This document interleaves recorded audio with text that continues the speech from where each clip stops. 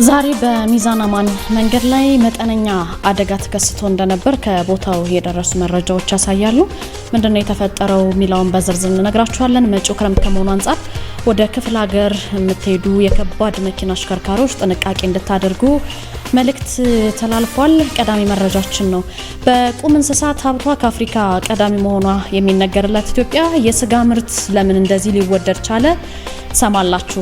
በ2018 ይሰራጫል ከተባለው 6 ሚሊዮን ኮንዶም ውስጥ ግማሹ የሚሆነው ጅቡቲ ደርሷል ተብሏል። ሰማላችሁ። በአማራ ክልል በምዕራብ ጎጃም ዞን ከ472.6 ሚሊዮን ብር በላይ በጀት የተመደበላቸው ግዙፍ የተባሉ መሰረተ ልማቶች ለማጠናቀቅ ጥረት ቢደረግም በነዳጅ እጥረት ምክንያት ፕሮጀክቶች ተቋርጠዋል። ይህም የዛሬ መረጃችን ነው።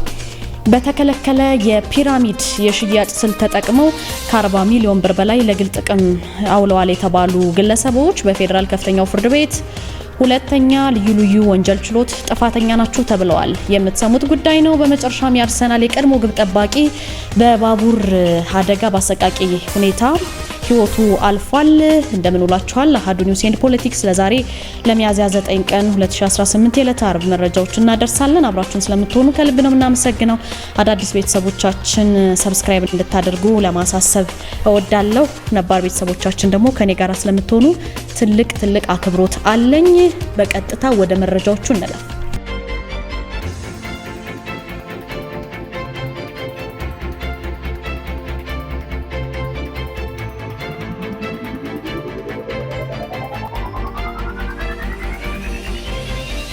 በሚዛን አማን መንገድ ላይ የምትመለከቱት መጠነኛ አደጋ ደርሶ ነበረ። ከጭና ጠመንጃዥ የሚባል ቦታ መካከል ላይ የተከሰተ መጠነኛ የሚባል አደጋ ነው። መንገዱ ሙሉ በሙሉ ለጥቂት ሰዓታት ተዘግቶ ነበረ። ከሰዓታት በኋላ ግን መከፈቱን ሰምተናል። ከአቅራቢያ ጥንቃቄ እንዲደረግ ሲሉም ነው መልእክት የተላለፈው። የመንገድ ላይ ትራፊክ አደጋ እንግዲህ የምታውቁት ነው። በሀገር ኢኮኖሚ፣ በግለሰቦች፣ በድርጅቶች ንብረት ላይ የሚያደርሰው ተጽዕኖ በጣም ከፍተኛና ዘርፈ ብዙ ነው። ይሄ ተጽዕኖ በቀጥታ ከሚታዩ ውድመቶች እስከ ማይታዩ የኢኮኖሚ ኪሳራዎች ድረስ ይዘልቃል። የትራፊክ አደጋ የመንገድ ትራፊክ አደጋ እንግዲህ በንብረት ላይ የሚያደርሳቸውን ዋና ተጽዕኖዎች በነጥብ ስናያቸው የመጀመሪያው የንብረት ውድመት ነው። የምትመለከቱት መኪና ቢራ የጫነ መኪና ነው። በዚህ መልኩ ነው አደጋ የደረሰበት። በጣም ግልጽና ወዲያውኑ የሚታይ የአደጋ ውጤት አለ። የተሽከርካሪዎች መውደምም ጭምር አለ። ከበድ ያለ አደጋ ሲሆን ተሽከርካሪም ይወድማል። አደጋ ሲደርስ እንግዲህ ተሽከርካሪዎች ሙሉ በሙሉ ወይም በከፊል ይወድማሉ። ይህንን ለመጠገን ወይም አዲስ ለመተካት ደግሞ በአሁኑ ጊዜ የሚጠይቀው ወጪ ከፍተኛ ነው። የመንገድ መሰረተ ልማቶችም ጥፋት ይደርስባቸዋል። ተሽከርካሪዎች ከመንገድ ወጥተው በሚጋጩ ጊዜ የኤሌክትሪክ ምሰሶ፣ የድልድይ መተላለፊያዎች፣ የትራፊክ ምልክቶችን፣ ፖሎችን፣ የመንገድ ዳር መብራቶችን ሁሉ እስከ መግጨት የሚያደርስ ነው። በተለይ ከባድ መኪና ሲሆን አደጋው ይከፋ ይሆናል። በሰውም ላይ በንብረትም ላይ የንብረትን ስንመለከተው ይሄ የምታዩት አስፋልት ላይ የወደቀው ቢራ ነው። እነዚህን አይነት ጉዳቶች ይደርሳሉ። አደጋው ከመንገድ ወጥቶ ወደ መኖሪያ ቤቶችም ደርሶ ያውቃል። የንግድ ድርጅቶች፣ ወደ ህንፃዎች፣ በውስጣቸው ያሉ ንብረቶችን ሁሉ ሊያወድም የሚችል አደጋ ነው። የትራፊክ አደጋ ከሰው ህይወት ባለፈ የንብረት መውደም አደጋ እንደሚያስከትል ብዙ ጊዜ አንገልጽም፣ የሰውን ህይወት ስለሚቀጥፍ። ከዛ በኋላ ያሉትን የንብረት ውድመቶች ብዙ ጊዜ አንጠቅሳቸውምና በተለይ በጭነት ተሽከርካሪዎች ላይ የሚደርስ አደጋ የሀገር ንብረት በእጅጉ የሚጎዳ ነው። እንደምትመለከቱት አነሰም በዛም ንብረት በዚህ መልኩ ሊወድም ይችላል። ለገበያው ለኤክስፖርት የሚጓጓዙ የግብርና ምርቶች፣ የኢንዱስትሪ ውጤቶች፣ ነዳጅ በአደጋ ምክንያት ሊፈስ በመንገድ ሊቀርም ይችላል። የአቅርቦት ሰንሰለት ሁሉ ሊቋረጥ ይችላል።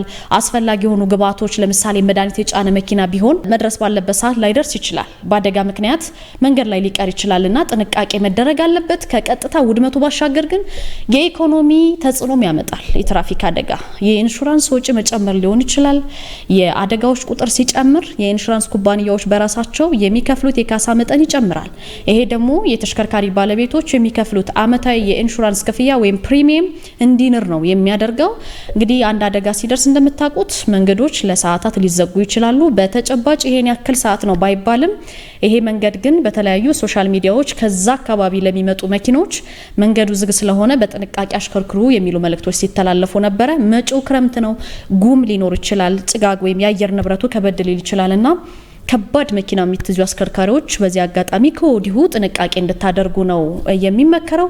በዚህ መሰረት እንግዲህ ዛሬ በሚዛን አማን ከተማ አካባቢ ላይ የተከሰተው አደጋ ለጥቂት ደቂቃዎች መንገዱን ከዘጋ በኋላ ቢራ በጫነ ተሽከርካሪ ምክንያት ተዘግቶ የነበረ ቢሆንም ከጥቂት ሰዓታት በኋላ ግን ክፍት መደረጉን ከቦታው የወጡ መረጃዎች ያሳያሉ። ለመጪው ክረምት ጥንቃቄ እንድታደርጉ መልእክት ተላልፏል። በቁም እንስሳት ሀብቷ ከአፍሪካ ቀዳሚ ናት ተብሎ የሚነገርላት ኢትዮጵያ የስጋ ምርት ለምን እንደዚህ ሊወደድ ቻለ የሚለውን የሀገር ውስጥ መገናኛ ብዙሃን ምን ሲሉ ዘገቡት የሚለውን ያው የስጋ ውድነትን በተመለከተ ሰሞንኛ መነጋገሪያ ጉዳይ ስለሆነ በተከታይነት መረጃ እንነግራችኋለን። በቁም እንስሳት ሀብቷ እንግዲህ ከአህጉራችን ከአፍሪካ ቀዳሚ መሆኗ የሚነገርላት ኢትዮጵያ የስጋ ምርት እንደ ልብ የማይገኝባት ቢገኝም እንኳን የዋጋው ነገር ለብዙዎች የማይቀመስ ስለሆነ ስጋ የመግዛት አቅም ያላቸው ብቻ ናቸው የሚያገኙት። ይሄ ተደጋግሞ የሚነሳ ጉዳይ ነው። በተለይ ልኳንዳ ነጋዴዎች የስጋ ምርት ላይ በሚጣለው አግባብ ያልሆነና ተደራራቢ ግብር ምክንያት ስጋ እንዲወደድ ነጋዴውም ጫና ውስጥ እንዲገባ ሆኗል ይላሉ። የአዲስ አበባ ልኳንዳ ነጋዴዎች ማህበር ፕሬዝዳንት አቶ አየለ ሳህሌ ናቸው። ለመገናኛ ብዙሃን በሰጡት ምላሽ ምንድነው ያሉት? የስጋን ግብር በተመለከተ ከዛሬ 10 ዓመት ጀምሮ ቅሬታችንን ስናቀርብ ቆይተናል። ይሁንና እስካሁን ይሄ ነው የሚባል ምላሽ አልተሰጠንም ይላሉ። እሳቸው በመልሳቸው የገቢ ሰብሳቢው መስሪያ ቤት የሉካንዳ ቤቶችን ግብር የሚያሰላው በሬው የሚመዝነው ኪሎ በመውሰድ ነው። 1 ኪሎ ስጋ የሚሸጥበት ዋጋ ጋር በማባዛት ነው የሚሰላው ዋጋው። ይሄን ያሉት እሳቸው ናቸው። ይሄ በጣም ስህተት ነው ይላሉ። በሬው 100 ኪሎ የሚመዝን ቢሆን ሲታረድ የሚወገደው ወደ 40 ኪሎ ዌስቴጅ ነው ወይም የማይፈለግ የስጋ ክፍል ነው። በዚህ መንገድ ግብርን ማስላት ተገቢ እንዳልሆነ ያነሳሉ። የስጋ ምርት ለሰዎች መሰረታዊ ነው። ቢቻል ከግብር ነፃ መደረግ ነበረበት። ቢሆን እንኳን የሚጣለው ግብር ከ2 በመቶ መብለጥ አልነበረበትም። ለአመታት ስንወተውት ብንቆይም ምላሻተን ስጋ በተደራራቢ ግብር ማነቆ ውስጥ ስለገባ በተለይ ደሞዝተኛው ስጋ ብርቅ እየሆነበት ነው ብለዋል እሳቸው። የአዲስ አበባ ልኳንዳ ነጋዴዎች ማህበር ፕሬዝዳንት አቶ አየለ ማለት ነው። በሌላ በኩል ከቀናት በፊት የተከበረው የፋሲካ በዓል ነው። በክርስትና እምነት ተከታዮች ዘንድ በብዛት እንደውም የቁም እንስሳት የሚታረዱበት ነው። ስጋ 650 ብር እንዲሸጥ በንግድ ቢሮ በኩል መወሰኑ እኛም ዘግበነው ነበረ። የኑሮ ውድነቱንም ለማረጋጋት ተገቢ ይመስላል። ነገር ግን ይሄ ውሳኔ ሲወሰን እነዚህ 650 ብር ሽጡ የተባሉ ነጋዴዎች ከግብር ነፃ አልተደረጉም። እንስሳቱንም የሚገዙት ሌሎች ነጋዴዎች ከሚጓዙበት ከተመሳሳይ ገበያ በመሆኑ ልክ ያልሆነ ውሳኔ ሲሉ የማህበሩ ፕሬዝዳንት ይተቻሉ። እነዚህን ጥያቄዎችና ቅሬታዎች እንግዲህ አዲስ አበባ ገቢዎች ቢሮ ተጠይቋል። ከዚህ ቀደም ከተሰጠው የተለየ መልስ የለንም ነው ያለው የቢሮ የህዝብ ግንኙነት ዳይሬክተር አቶ ሰውነት አየለ ለመገናኛ ብዙሃን። የሉካንዳ ነጋዴዎች ደጋግመው የሚሉት ደረሰኝ መቁረጥ አንችልም፣ በቁርጥ ግብር እናስተናግድ የሚል ነው። እኛ ደግሞ በአዋጁ መሰረት ነው የምንሰራው። አዋጁ በደረሰኝ እንዲከፍሉ ነው የሚያዘው። እኛም እያደረግን ያለነው ይሄንኑ ነው ያሉት። ስለዚህ ግብሩ ሲሰላ በእርድ ወቅት የሚወገድ ወይም ዌስቴጅ ተብሎ የሚጣለው ታሳቢ ይደረግልን የሚሉትን ነገር አንቀበልም ነው ያሉት እሳቸው። እኛ ባለን መረጃ አብዛኛው ሉካንዳ ቤት ከቄራ ይልቅ በራሱ የሚያሳርደው ይበልጣል። ይሄ ደረሰኝ ላለመቁረጥ የሚደረድሩት ሰበብ ነው የሚል ምላሽ ነው የሰጡት። የሉካንዳ ነጋዴዎች እንስሳቱን ሲገዙ ከገበሬ በመሆኑ ደረሰኝ ለማቅረብ ይቸገራሉ፣ ደጋግመውም ነግረውናል የሚለው ቢሮ እንግዲህ እነሱ ብቻ ሳይሆኑ የእህል ነጋዴዎችም የሚገጥማቸው ችግር ተመሳሳይ ስለሆነ ታሳቢ የሚደረግበት አሰራር እንዳለ ነው የተሰማው። በ2018 ይሰራጫል ከተባለው 6 ሚሊዮን ኮንዶም ግማሽ የሚሆነው ጅቡቲ ደርሷል። ኮንዶሞችን ወደ ኢትዮጵያ በማስገባት ለተጋላጭ የማህበረሰብ ክፍሎች የሚያቀርበው ኤድስ ሄልዝ ኬር ፋውንዴሽን በተያዘው ዓመት ለማስገባት ከታቀደው 6 ሚሊዮን ኮንዶም ግማሹ ያህሉ ጅቡቲ ደርሷል ነው ያለው የፋውንዴሽኑ ማለት ነው። መከላከያ አፍላ ህይወት አድቮኬሲ ኃላፊ የሆኑት አቶ ቶሎሳ ኦላና በየአመቱ ከ3 ሚሊዮን በላይ የሚሆኑ ኮንዶም ወደ ሀገር ውስጥ ማስገባትና በነፃ እየተከፋፈለ እንደሚገኝና በ2018 ደግሞ 6 ሚሊዮን ኮንዶም በነፃ ወደ ሀገር ውስጥ እንደሚገባ መዘገቡ የሚታወስ ነው። ስለዚህ ወደ ሀገር ውስጥ ለሚገባው የኮንዶም አቅርቦት በምን መልኩ ነው ተደራሽ የሚሆነው የሚል ጥያቄ ቀርቧል። በዚህም ስርጭቱ ተጋላጭ ማህበረሰብ ክፍሎች፣ የጤና ተቋማት ተደራሽ ያደረገ መሆኑንና ድጋፍ እንዲደረግላቸውም በደብዳቤ ላቀረቡ ድርጅቶች ቅድሚያ ይሰጣቸዋል የሚል ነገር ነው የተነሳው።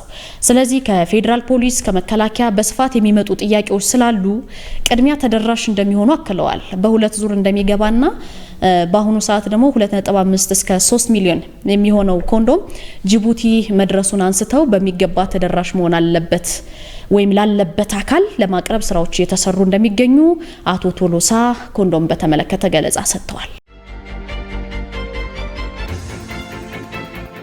በአማራ ክልል ምዕራብ ጎጃም ዞን ከ472.6 ሚሊዮን ብር በላይ በጀት የተመደበላቸው ግዙፍ የሚባሉ የመሰረተ ልማቶች ለማጠናቀቅ ጥረት ይደረጋል።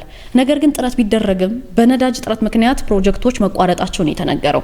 በምዕራብ ጎጃም እንግዲህ የተጀመሩ የልማት ፕሮጀክቶች በነዳጅ አቅርቦት ጥረት ምክንያት በተቀመጠላቸው ወይም በዚህ ጊዜ ይጠናቀቃሉ ተብሎ ከተቀመጠው የጊዜ ገደብ ላይጠናቀቁ እንደሚችሉ ነው የተገለጸው። የአማራ ክልል ምዕራብ ጎጃም ዞን ነዋሪዎችና ማህበራዊ ኢኮኖሚያዊ ተጠቃሚነትን ለማረጋገጥ የታቀዱ ከ472.6 ሚሊዮን ብር በላይ ነው የተባለው በጀት ተመድቦላቸው ግዙፍ የመሰረተ ልማት የተባሉ ፕሮጀክቶችን በከፍተኛ በሚባል ፍጥነት ለማጠናቀቅ ጥረት እየተደረገ ቢገኝም ግን በቅርቡ እናንተም እንደምታውቁት በተከሰተው የነዳጅ አቅርቦት ችግር በማሽኖች የሚሰሩ ፕሮጀክቶች ለጊዜው መቋረጣቸው ነው የተነገረው። የምዕራብ ጎጃም ዞን የከተማና መሰረተ ልማት መምሪያ ኃላፊው አቶ ጌትነት ሙልጌታ ዞኑ የህዝቡን የልማት ጥያቄዎች ለመመለስ 92 የልማት ፕሮጀክቶችን በቅድ ይዞ እየሰራ ይገኛል። ከነዚህ መካከል እስካሁን 18 ፕሮጀክቶች ሙሉ በሙሉ ተጠናቀው ለህዝብ አገልግሎት ክፍት ናቸው ነው ያሉት። ለነዚህ ስራዎች እስካሁን 94.2 ሚሊዮን ብር ወጪ ተደርጓል። ግንባታዎቹ በፍኖተ ሰላም፣ በቡሬ፣ በጅጋ፣ ደንበጫና ሽንዲ የሚባሉ ከተሞች ውስጥ በስፋት እየተከናወኑ ናቸው። የቀሪዎቹ ፕሮጀክቶች የዲዛይን ዝግጅታቸው ሙሉ በሙሉ መጠናቀቁን ደግሞ ገልጸዋል። እሳቸው የግንባታ ስራውን ለመጀመር የመጨረሻው ምዕራፍ ላይ እንደሚገኙ የገለጹ ሲሆን ወቅታዊ የነዳጅ ችግር እንደ ዓለም የመጣው የነዳጅ ችግር አቅርቦት፣ የጸጥታ ጉዳይ የተጀመሩትን ፕሮጀክቶች በታቀደው ጊዜ ለማጠናቀቅ እክል ፈጥረዋል ማለት ነው። መምሪያው የጸጥታ ችግሩን ለመፍታት ከአማራ ክልል የጸጥታ ኃይል ጋር በቅንጅት እየሰራ ይገኛል። ይህንን ገልጸዋል። በነዳጅ እጥረቱ የተነሳ በማሽን የሚሰሩት የመሰረተ ልማት ፕሮጀክቶች ግን ሙሉ ለሙሉ በሚቻል ደረጃ ማቆማቸው ነው የተነገረው። በተከለከለ ፒራሚድ በተሰኘ የሽያጭ ስልት ተጠቅመው ከ40 ሚሊዮን ብር በላይ ለግል ጥቅም በመዋል የተከሰሱት ግለሰቦች ምንድነው የተላለፈባቸው ቅጣት? ፒራሚድ የተሰኘ የሽያጭ ስልት አለ። ከ40 ሚሊዮን ብር በላይ ለግል ጥቅም ስለዋሉ ነው ጥፋተኛ የተባሉት። ተከሳሾቹ ቲያንስ ኢትዮጵያ ቢዝነስ ኃላፊነቱ የተወሰነ የግል ማህበር ሚስተር ዲዮንግ ጋንግ፣ አቶ ቴዎድሮስ በቀለ፣ ወይዘሮ ሱአዳ ሙክታር የተባሉ ናቸው። የወንጀል ህግ 34/1 የንግድ ውድድርና ሸማቾች ጥበቃ አዋጅን የተደነገገውን የወንጀል ድርጊት በመፈጸም አቃቢ ህግ ክስ አቅርቦባቸዋል። በዚህ ቲያንስ ኢትዮጵያ ቢዝነስ ኃላፊነቱ የተወሰነ የግል ማህበር በአስመጭነት የንግድ ስራውን ለመስራት የግብር ከፋይ መለያ ተመዝግቦ የአልሚ ምግብ አስመጭነት የንግድ ስራ ፈቃድ አውጥቶ ከ2004 እስከ 2008 ድረስ ባሉት ጊዜያት ከውጭ ሀገር የሚያስመጣቸውን መድኃኒቶች፣ የተለያዩ አልሚ ምግቦች ለመሸጥ ለሌሎች ተከሳሾች የኮሚሽን ሽያጭ ወኪል በሚል ውል እየሰጠ በወኪሎቹ ስር እንዴት አባላቱ በሽያጭ ሰንሰለት ውስጥ እንደሚመለምሉ ስልጠና እየሰጠ የተለያዩ የግብይቱ የሚከናወንባቸውን ቅጾች በማዘጋጀት ተግባራዊ በማድረግ ተገቢ ያልሆነውን የአባልነት ክፍያ እንዲፈጸም ነው ያደረገው። በድርጅቱ ስም የአባልነት መታወቂያ በማዘጋጀትና ተግባራዊ በማድረግ አባል ያልሆኑ ለግብይቱ የቀረቡ ምርቶችን እንዳይሸጥላቸው በማድረግ አባል የሆኑት ደግሞ የተለያዩ ተከሳሹ ከውጭ ሀገር የሚያስገባቸውን ምርቶች አስቀድሞ ትዕዛዝ እንደተሰጠ በማስመሰል በስሙ በተመዘገበ የባንክ ሂሳብ ቁጥር በቀጥታ በራሱና በወኪሎቹ አማካኝነት ከፍተኛ መጠን ያለው ገንዘብ በመሰብሰብ በዚህ በአባልነት የተመዘገቡት ብዛት ያላቸው ግለሰቦች ወደ ሽያጭ ስልት ውስጥ ነው ያስገባቸው። ለዚህ የተለያዩ ግለሰቦችን በመመልመል በእነሱ ስር በሽያጭ ሰንሰለት ውስጥ እንዲገቡ እያደረገ ብዛት ያላቸው ግለሰቦችን በሰንሰለት ውስጥ እያስገባ የተለያዩ አልሚ ምግቦችን እንዲገዙ ወይም የገንዘብ መዋጮ እንዲያደርጉ በእነርሱ ቀጥሎ ራሱ ሌሎች ሸማቾች የአልሚ ምግቦች የሚገዙ ወይም የገንዘብ መዋጮ የሚያደርጉ ከሆነ ደግሞ በሽያጭ ስልቱ የሚገቡም ከሆነ በሚገቡ ሸማቾች ቁጥር ልክ ከፍተኛ የሆነ የገንዘብ ጉርሻ የመኪና ሽልማት ወይም የውጭ ሀገር ጉዞዎች እንዲያገኙ በማስመሰል ሐሰተኛ ወይም የውሸት ገለጻ በማድረግ የአልሚ ምግቦችን አሻሻጥ በመወሰን ቅጾችን በማዘጋጀት ስልጠናዎችን በመስጠት በአጠቃላይ የሽያጭ ስልቱን በመንደፍ በፈጸመው ፒራሚድ የተባለ የሽያጭ ስልት ተግባራዊ ማድረግ ወይም ተግባራዊ ለማድረግ በመሞከር ወንጀል ነው የተከሰሰው። ክሱ ይሄ ነው። በሁለተኛና በሶስተኛ ተከሳሾች ላይ ደግሞ በቀረበው ሁለተኛ ክስ ደግሞ ተከሳሾቹ ከ2006 እስከ ጥር 2008 የድርጅቱን ጥቅም በህገወጥ መንገድ ለማራመድ በማሰብ በአንደኛ ክስ ውስጥ የተመለከተውን ተግባር አንደኛ ተከሳሽ እንዲፈጽም የመሩ በመሆናቸው በፈጸሙት ፒራሚዳዊ የሽያጭ ስልት ወንጀል ነው የተከሰሱት። በሶስተኛው ክስስ አንደኛ ተከሳሽ የወንጀል ህግ አንቀጽ በወንጀል ድርጊት የተገኘ ገንዘብን ወይም ንብረትን ህጋዊ አስመስሎ ማቅረብና ሽብርተኝነትን በገንዘብ መርዳትን ለመከላከልና ለመቆጣጠር የወጣውን አዋጅ ቁጥር 780/2005 አንቀጽ 29(2) ለና መስር የተመለከተውን መተላለፉን አቃቢ ህግ ነው የሚገልጸው። ስለዚህ አንደኛ ተከሳሽ በአንደኛ ክስ ላይ በተመለከተው ወንጀል አማካኝነት ያገኘውን ገንዘብ ህገወጥ አመጣጡን ሰውሮ በስራ ላይ በማዋል በማዘዋወር ወይም በባንክ በማስተላለፍ ህጋዊ አስመስሎ በኢትዮጵያ ንግድ ባንክ 32 ሚሊዮን 739 ሺህ ብርና በወጋገን ባንክ ደግሞ 7 ሚሊዮን 768 ሺህ ብር በድምሩ 40 ሚሊዮን 507 ሺህ ብር እንዲቀመጥና እንዲንቀሳቀስ በማድረግ ከወንጀል የተገኘ ገንዘብን ህጋዊ አስመስሎ ማቅረብ ወንጀል ነው የተከሰሱት። በአጠቃላይ አራተኛውን ክስ ስንመለከት በተመሳሳይ ቀሪ ተከሳሾች በወንጀል ድርጊት የተገኘውን ገንዘብ ወይም ንብረት ህጋዊ አስመስለው ማቅረብ ወንጀል ነው የተከሰሱት። የግራ ቀኙን ክርክር ያደመጠው ችሎቱ በ16 ተደራራቢ ክስ በተከሰሱት ተከሳሾች ጥፋተኛ ሆነው መገኘታቸውን ገልጾ የጥፋተኝነት ውሳኔ በማሳለፍ ለቅጣት ውሳኔ ለፊታችን ሚያዝያ 14 ተለዋጭ ቀጠሮ ሰጥቷል። በዚህ መሰረት ሚያዝያ 14 እነዚህ ሰዎች ፒራሚድ በተባለው የወንጀል ወይም ሰንሰለት የንግድ ሰንሰለት ወንጀል ተከሰዋል። ፍርዱ ምንድነው የሚለውን ሚያዝያ 14 የመጨረሻ ፍርዱን ወይም የተበየነባቸውን ቅጣት ለእናንተ ውድ ቤተሰቦቻችን እንነግራችኋለን። ክሱ ግን ያደመጣችሁትን ነው የሚመስለው። በመጨረሻም የአርሰናል ግብ ጠባቂ በባቡር መስመር ላይ ሲያቋርጥ በአሰቃቂ ሁኔታ ህይወቱ አልፏል። ኦስትሪያዊ የአርሰናል የቀድሞ ግብ ጠባቂ አሌክስ ማኒንገር ህይወቱ አልፏል። የ48 ዓመቱ የቀድሞ ግብ ጠባቂ ህይወቱ ያለፈው ባቡር መስመር ሲያቋርጥ በደረሰበት አደጋ ነው። አሌክስ ማኒንገር ከአርሰናል ጋር የእንግሊዝ ፕሪሚየር ሊግ እና የኤፍኤ ካፕ ዋንጫዎችን አሳክቷል። ከጣሊያኑ ክለብ ጁቬንቱስ ጋርም የጣሊያን ሴሪ ዋንጫን ማሳካቱን ታስታውሳላችሁ። የቀድሞ ግብ ጠባቂ አሌክስ እንግዲህ ከአርሰናል በተጨማሪ በሊቨርፑልና በሌሎች ክለቦች ተጫውቶ ያሳለፈና በርካቶች የሚያደንቁት ሰው ነበረ። አሌክስ ማኒንገር በፈረንጆቹ 2017 ራሱን ከእግር ኳስ ዓለም ካገለለ በኋላ ነው የንግድ ስራ ላይ ተሰማርቶ እየሰራ ይገኝ የነበረው። በዚህ መሰረት ባቡር ሲያቋርጥ በአሰቃቂ ሁኔታ ህይወቱ ሊያልፍ ችሏል። ውድ ቤተሰቦቻችን ለዛሬ የነበሩ መረጃዎች እነዚህ ናቸው። አብሬያችሁ የቆየሁት እኔ ናርዶስ አለማየሁ ነኝ። ቀሪ የአሃዱ ሬዲዮ ዜናዎችን ደግሞ ትሰማላችሁ። ሰኞ በዚህ ሰዓት እንገናኛለን። ስለምትከታተሉን ከልብ አድርገን ነው የምናመሰግነው።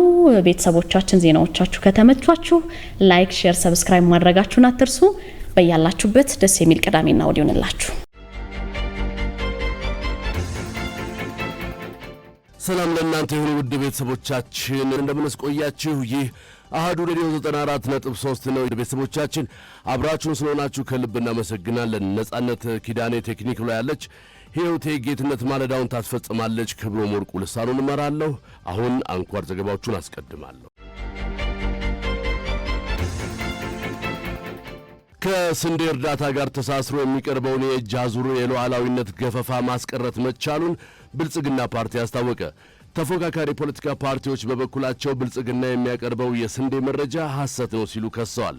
ከዚህ ቀደም በኢትዮጵያ ለስንዴ እርዳታ በሚል ተሳስሮ ይቀርብ የነበረውን የእጅ አዙር ገፈፋ ማስቀረት መቻሉን የብልጽግና ፓርቲ ለአሃዱ አስታውቋል።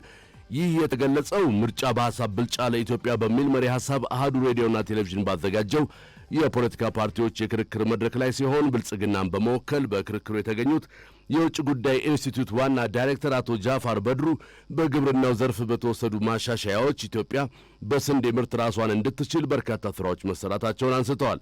ከጥቂት ዓመታት በፊት ኢትዮጵያ በየዓመቱ ከ17 ሚሊዮን ኩንታል በላይ ስንዴ ከውጭ ለማስገባት እስከ $1 ቢሊዮን ታወጣ እንደነበር አቶ ጃፈር ገልጸዋል። ነገር ግን በተሰሩ ስራዎች አማካኝነት ባለፈው ዓመት የምርት ዘመን ብቻ በበጋ የመስኖና በመደበኛ እርሻ ከ110 ሚሊዮን ኩንታል በላይ ስንዴ በማምረት ከእጅ ወደ አፍ የነበረውን የኢትዮጵያን የስንዴ ምርት መቀየር ተችሏል ብለዋል። በዚህም የተነሳ በአሁኑ ወቅት የስንዴ ምርት ለውጭ ገበያ መቅረብ የሚቻልበት አቅም መፈጠሩን ያስታወቁ ሲሆን ስንዴን ከውጭ ለማስገባት ይወጣ የነበረውን በቢሊዮን የሚቆጠር ዶላር ማስቀረቱንም ተናግረዋል። በተጨማሪም ከስንዴ እርዳታ ጋር ተሳስሮ የሚቀርበውን የእጅ አዙር የሉዓላዊነት ገፈፋ ማስቀረት ተችሏል ብለዋል። በግብርናው ዘርፍ በወሰድናቸው ማሻሻያዎች ከጥቂት ዓመታት በፊት ኢትዮጵያ በየዓመቱ ከ17 ሚሊዮን ኩንታል በላይ ስንዴ ከውጭ ለማስገባት እስከ $1 ቢሊዮን ታወጣ የነበረበት ሁኔታ እንዳለ ሁሉም የሚያውቀው ነው። ባለፈው የምርት ዘመን ብቻ በበጋ መስኖና በመደበኛ እርሻ ከ110 ሚሊዮን ኩንታል በላይ ስንዴ በማምረት የሀገራችንን ስንዴ ምርት ከእጅ ወደ አፍ የነበረበትን ሁኔታ ቀይረናል። አሁን ላይ ምርቱ ለውጭ ገበያ ማቅረብ የሚቻልበት አቅም ተፈጥሯል። ስንዴ ከውጭ ለማስገባት የወጣ የነበረውን በቢሊዮን የሚቆጠር ዶላር ማስቀረታችን ብቻ ሳይሆን ከስንዴ እርዳታ ጋር ተሳስሮ የሚቀርበውንም የእጅ አዙር የሉዓላዊነት ገፈፋም በዚህ ማስቀረት ይችላል። ባልደራስ ለእውነተኛ ዴሞክራሲ ፓርቲን በመወከል ክርክር ያደረጉት አቶ አማሃ ዳኜ በበኩላቸው የብልጽግና ፓርቲ የሚሰጣቸው ትክክል ያልሆኑ መረጃዎች መኖራቸውን አንስተዋል። ከነዚህም ውስጥ አንዱ የስንዴ ምርት መሆኑን ያነሱ ሲሆን በዓለም አቀፍ ስታቲስቲክስ መሰረት በ2017 ወደ ውጭ የተላከው የስንዴ ምርት 150 ሺህ ቶን ብቻ ሲሆን ወደ ሀገር ውስጥ የገባው ደግሞ 1 ሚሊዮን 400 ሺህ ሜትሪክ ቶን ነው ብለዋል። በተያዘው በጀት ዓመት የታቀደው 1.3 ሚሊዮን ሜትሪክ ቶን መሆኑን ያነሱት አቶ አማሃ በአሁኑ ወቅት ወደ ውጭ የሚላክ ስንዴ እንደሌለም ገልጸዋል። ትክክል ያልሆኑ ሐሰት ነው።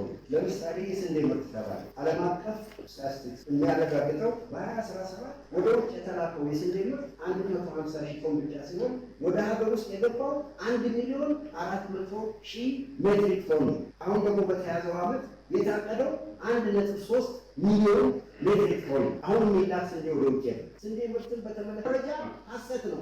ዓለም አቀፍ ስታቲስቲክስ ሊያረጋግጠው የሚችለው ነገር የኢትዮጵያ ዜጎች ለማህበራዊ ፍትህ ኢዜማ ተወካይ አርክቴክት ዮሐንስ መኮንን ደግሞ ብልጽግና በምግብ ራስን መቻልን በተደጋጋሚ እንደሚያነሳው የገለጹ ሲሆኑ ስንዴ ማምረት መቻሉ የሚበረታታና መቀጠል ያለበት እንደሆነ ጠቁመዋል። ነገር ግን መሰረታዊ በሆነ የመሬት ፖሊሲ ጉዳይ ሳይሰራ ተገኘ የሚባለው ውጤት ዘላቂ አለመሆኑን ገልጸዋል። 93 በመቶ የሚሆነው የስንዴ ምርት ከውጭ የገባ መሆኑን በመግለጽም አንድም አላስገባንም ብሎ መካድ ትክክል አይደለም ብለዋል። የሚያነሳው ብልጽግና አንዱ ሉዓላዊነት በምግብ ራስን መቻል በኢኮኖሚ ራስን መቻል መሆኑን ተገቢ ነው። ይሄ ደግሞ የሚያነሳው ስንዴ ላይ ያገኘሁት የሚለው ስኬት በመሰረቱ ስንዴ ማምረታችን በጣም ጥሩ ነገር መቀጠልም አለበት እንደግፈዋል። ግን መሰረታዊ የሆነ የመሬት ፖሊሲ ጉዳይ ሳይፈታ አሁን ያለ ብሔር ፌዴራሊዝም ጠርንፎ ያዛት አገሪቱ ሀብትና ቴክኖሎጂ ማዘዋወር የማይቻልበት ባልተፈታበት ሁኔታ መንግስት እንደው ለማሳያ ያዛም እዚህ ተሯሩጦ አምጥቼዋለሁ የሚለው ስኬት ዘላቂ አይደለም። ከዩክሬንና ከሮማኒያ በአጠቃላይ 93% የስንዴ ምርታችን ያስገባ ነው።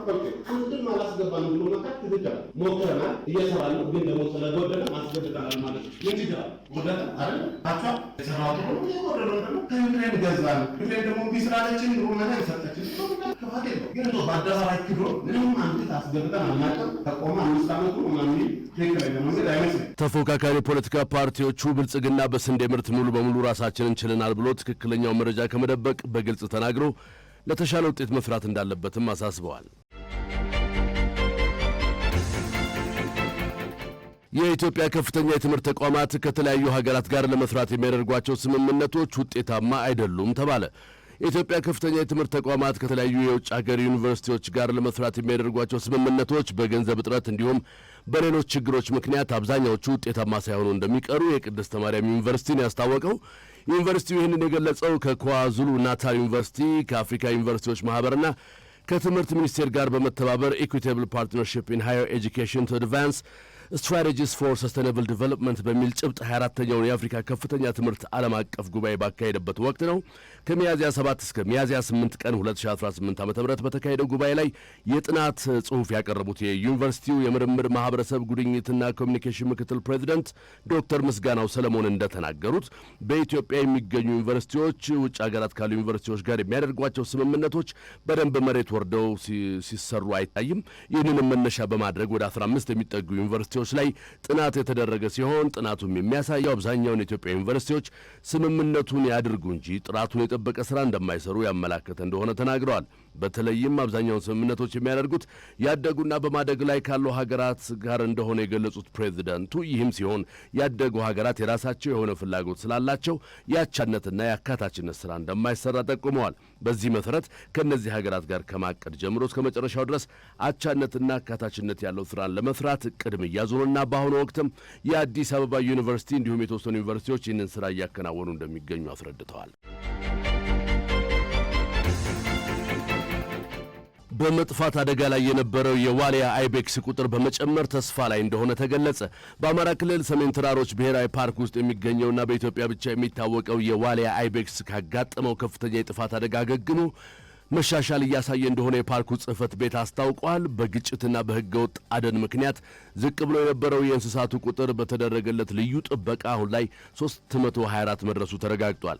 የፓርኩ ጽሕፈት ቤት ኃላፊ አቶ ማሩ ቢያድግልኝ ከዚህ ቀደም ከ800 በላይ የነበረው የዋሊያ ቁጥር በተለያዩ ሰው ሰራሽ ምክንያቶች ወደ 289 ዝቅ ብሎ ቆይቷል ብለዋል።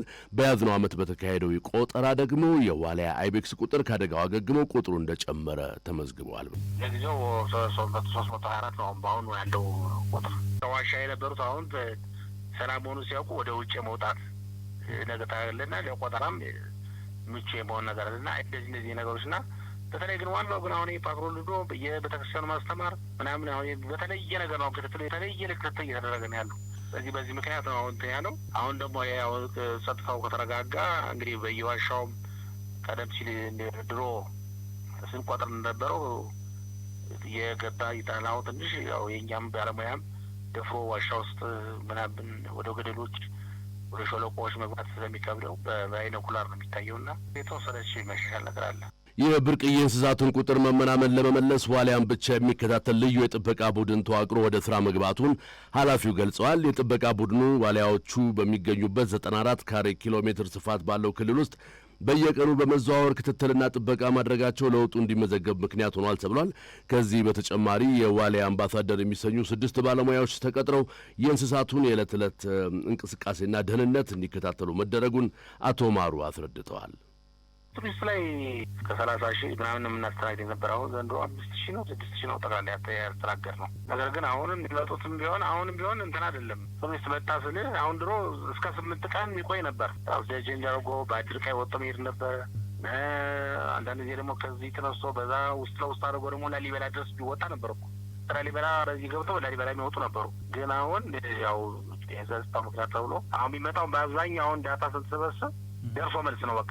በፓርኩ ውስጥ የተመዘገበው የእንስሳቱ ቁጥር መሻሻል ተስፋ ሰጪ ቢሆንም የቱሪዝም ዘርፉን ዳግም ለማነቃቃት በክልሉ አስተማማኝ ሰላም መስፈንና መሰረተ ልማቶች መሟላት ወሳኝ መሆኑን የፓርኩ ጽሕፈት ቤት ኃላፊ ተናግረዋል። የደቡብ አፍሪካው የተቃዋሚ ፓርቲ መሪ በ5 ዓመታት እስራት ተቀጡ። በሀገሪቱ ግንባር ቀደም ተቃዋሚ ፖለቲከኛ የሆኑት የ45 ዓመቱ ጁልየስ ማሌማ ሕገወጥ የጦር መሳሪያ ይዞ በመገኘትና በአደባባይ በመተኮስ ጥፋተኛ ሆነው የ5 ዓመት እስራት ተፈርዶባቸዋል። ሆኖም የፓርላማ አባል የሆኑት ፖለቲከኛው ይግባኝ መጠየቃቸውን የተገለጸው ማሌማ ባለፈው ዓመት ሕገወጥ የጦር መሳሪያ መያዝን፣ በአደባባይ መተኮስንና የሰዎችን ሕይወት አደጋ ላይ መጣልን ጨምሮ በ5 ወንጀሎች ጥፋተኛ ተብለው ነበር። ዘገባው የቢቢሲ ነው። እስራኤልና ሊባኖስ የተኩስ አቁም ስምምነት ማድረጋቸው ተሰምቷል። የአሜሪካው ፕሬዝዳንት ዶናልድ ትራምፕ ከእስራኤሉ ጠቅላይ ሚኒስትርና ከሊባኖስ ፕሬዝዳንት ጋር የስልክ ውይይት ካደረጉ በኋላ እስራኤልና ሊባኖስ ለ10 ቀናት የሚቆይ የተኩስ አቁም ስምምነት ላይ መድረሳቸውን ይፋ አድርገዋል። ትራምፕ የእስራኤልና የሊባኖስ መሪዎች ከ34 ዓመታት በኋላ ለመጀመሪያ በቀጥታ የስልክ ውይይት እንዳደረጉም ገልጸዋል። ፕሬዝዳንቱ ይህንን ያሉት የሁለቱ ሀገራት አምባሳደሮች ከ3 አስርት ዓመታት በላይ በኋላ ለመጀመሪያ ጊዜ በዋሽንግተን ዲሲ ፊት ለፊት ተገናኝተው ውይይት ካደረጉ ከአንድ ቀን በኋላ ነው ተብሏል። እስራኤል እየፈጸመችው ያለውን ጥቃት እንድታቆም ሊባኖስ ጽኑ ፍላጎት እንዳላትም ገልጻለች። ዘገባው የቢቢሲ ነው።